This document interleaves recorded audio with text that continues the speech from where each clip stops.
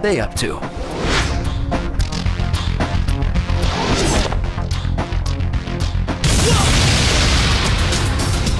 Time to do that hero thing, Spidey.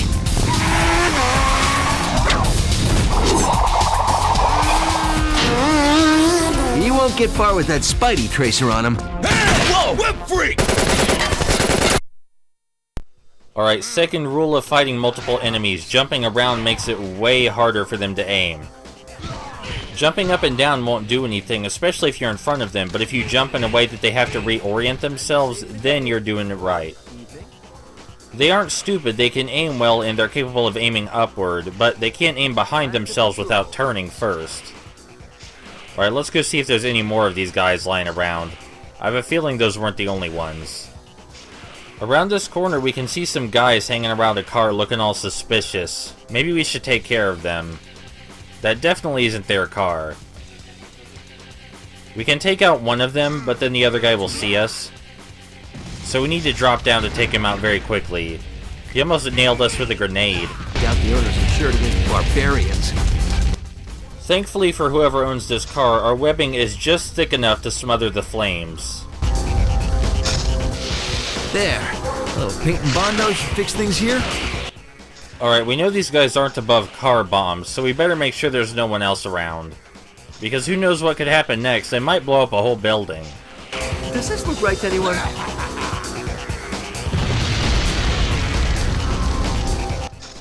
Taking care of these two thugs is no problem, but that building isn't going to be put out by our webbing.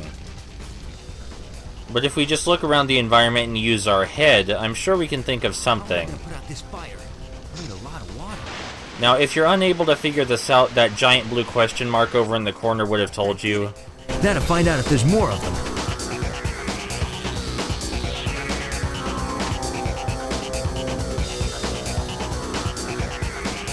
A setup! How original. All of you guys against me. Alright, it's time to use our web shield and the ensuing shockwave, which knocks out enemies all the way around us. It does use up a lot of our webbing, though. And after we're done with that, we want to find a nice building to hang out on top of until we're out of their line of sight. Now, I believe we got most of them in the chaos caused after our web shield, but there's still one left. Luckily, we can see a red arrow pointing directly to where he is. That's what our spider sense is for.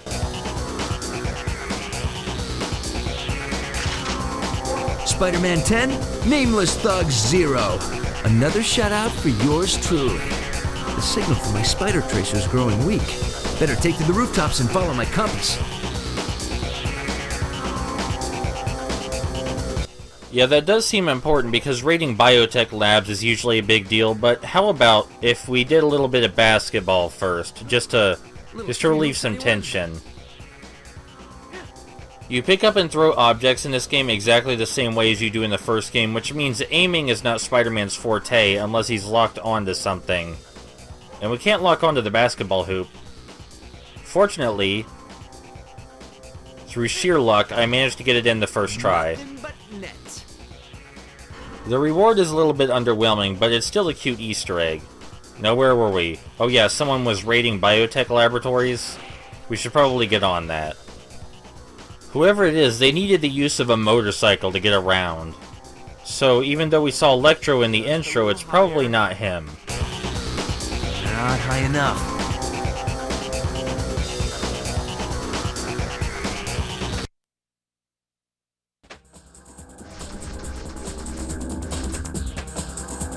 Alright, the signal from my Spidey tracer is stronger from up here. My compass should lead right to him. There's two easy enemies right here at the start. Because they patrol around this object, they won't see us until they come around the corner, which makes it very easy to take them out. If I take out that thug, it'll stop the machine gun. That sounds like a solid plan, and we obviously aren't going to approach him from the front where he can, you know, open fire on us before we even lay a hand on him. Besides, the machine gun would be in the way. Thing's a virtual shield. So, just out of curiosity's sake, if you wanted to see how many hits the turret itself takes, the answer is a lot. So taking out the guy behind the turret is definitely more ideal. There are thugs patrolling on either side of this bridge. They'll usually be facing away from you, though, which gives you plenty of time to react. Don't look down. Don't look down. Even if we did fall down back there, we could easily zip our way to one of the walls. Sometimes the enemies do a cartoonish thing where they look below them before they fall. I think that's pretty cute. We could just swing straight forward, but we could also come to these buildings over here on the side. There's no advantage to it, really, but you can still do it. And we could have skipped this enemy in the center entirely by doing that. But we're going to fight him anyway. I guess skipping an enemy could be considered an advantage, but it was only one enemy. No matter where we swing past this building, one of these guys is guaranteed to see us. So we might as well take them both out just for the sake of it. And yes, enemies can shoot us while we're in mid-swing, so it would be very bad to just try and swing past them. Though I'm sure we could have done it if we did it just right. We're gonna swing past these guys entirely. Something's not right around here.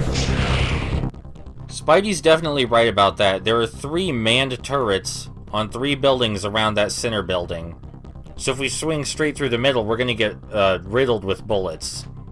We're gonna go counterclockwise and take the turrets out one by one. They're bent on stopping me from catching that motorcycle. Better take them all out before they hurt someone. It may have looked like this building just had the guy with the turret on it, but if we come up from behind, we'll see that there's actually another guy patrolling. Just in case we snuck up from behind. Alright. Now, we can destroy this turret, but we don't want to stand around after we get rid of the other 2 guys, because we'll get sniped at. So we have to act very quickly. Drop down here as quick as possible to avoid the bullets, and then come up from behind like before. The other guy with the turret can see us from that vantage point, so as soon as we take out the guy, we need to drop down. Gotta move very fast for that particular building, but when we're back to this one, we can go as slow as we want. All of the buildings have a second guy, just in case you thought you could be sneaky. I like that. Shows that they put some thought into the design. Unfortunately, these guys never learn to turn around. Alright, that's that. Whew! That's all of them. Now to find that motorcycle. As Spidey said, we will head after the motorcycle, but only after we take care of this enemy we left in the center. Otherwise, I would feel bad. And we do get an extra web cartridge for sticking around. Now I wonder who could have been on that motorcycle. We've established it can't be Electro. So is this heist just entirely unrelated to the other one that we saw earlier? I guess we're gonna find out pretty soon, hopefully.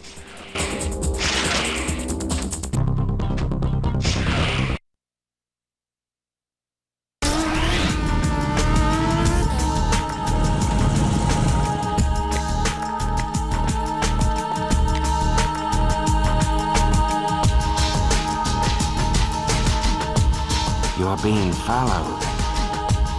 I know. You go on ahead. I've got something planned.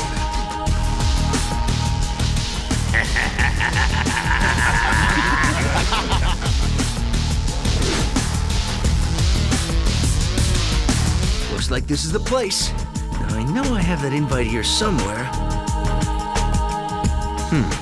If this were a movie, someone would spring a trap right about now!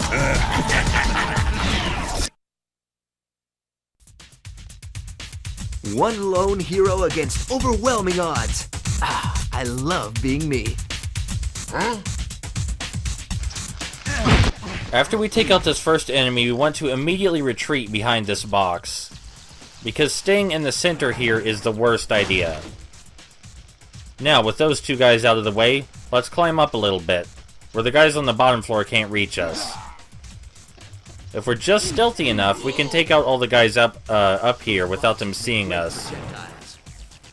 A lot of these boxes have tinier boxes on top of them that we can use to kill the enemies, defeat the enemies in one hit. We just have to wait till a red arrow appears above their head, and that means it's locked on. All eyes eyes on me. Most of the crates we can pick up also have health pickups underneath them, so if we ever take too much damage, we can keep that in mind. But ideally, it's possible to do this without getting hit, as long as we're careful. We just need to find the best place to snipe from. Now, there's no way I could see what's down there, because you can only aim manually while you're not holding an object, but after we do aim manually, we can take out enemies on the ground floor using our webbing from way up here where they can't even see us. And then we move to another corner of the map, and we repeat. We do have to be very careful as we move from one end of the room to another, because it is possible for them to see us while we're up here if they stop to look. So we want to swing as little distance as possible between each of our destinations. And then once we find a new sniping point, we just take out as many enemies as we can see. This does use a lot of our webbing, but I wouldn't worry about that for a reason we'll get into very shortly. Now, throwing this crate was a dumb idea. I was trying to draw thugs to the noise, but it turns out there were already thugs right there. So they saw me throw it. Fortunately, we can still get one of them with our webbing and then drop down onto the other one. Not too much was lost. Now, these different kinds of crates we can pick up, or should I say barrels, contain webbing underneath them. So the explosive crates contain webbing, while the regular crates contain health pickups. This means that if we pick up just the right crates, we can stock up on our webbing as much as we want. Until we run out of crates, that is. You might wonder why we're running around on the ground floor now, and that's because there are so few enemies left that we can definitely handle them. We can even hide behind some of these crates, and the enemies won't see us until it's too late. So yeah, the stealth is, as I said, very simple, but it totally works, and that's what's important. Alright. Now, there should be...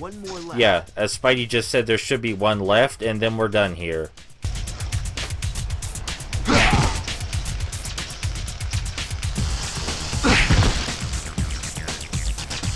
What, no more? Time to get some answers. All right, Chuckles. You're gonna tell me everything you know. I ain't telling you spit. I thought you'd say that.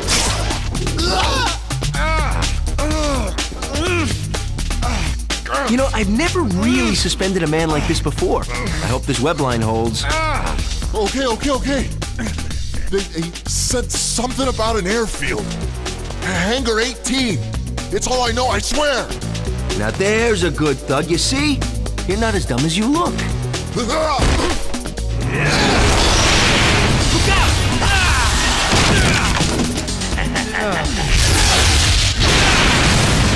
Get up, wall crawler. I'm not done beating on you yet. Shocker! Nice to see you too. You like that, huh? Well, hold still, cause you're gonna love this. As soon as the fight starts, we want to immediately yank a box onto Shocker's head. And it takes out way over half his health bar. Now, Shocker himself as a boss is actually quite formidable. He has the moveset of a Japanese character action boss, and he's very hyper and can even dodge roll. So we're going to use hit and run tactics to take out the remainder of his health bar. As powerful as he is and as many moves as he has, he can't move as fast as we can. And that is his weakness. You talk too much.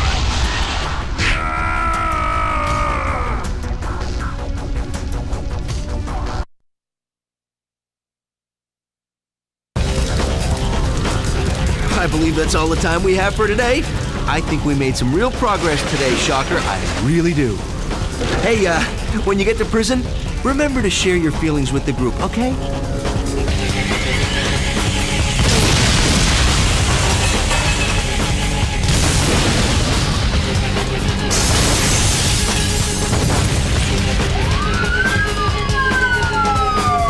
Let's see. What was it that thug said? Hangar 18, right? There's a Hangar 18 at the airfield. I don't need pointy ears and a cape to figure out that this is probably another heist.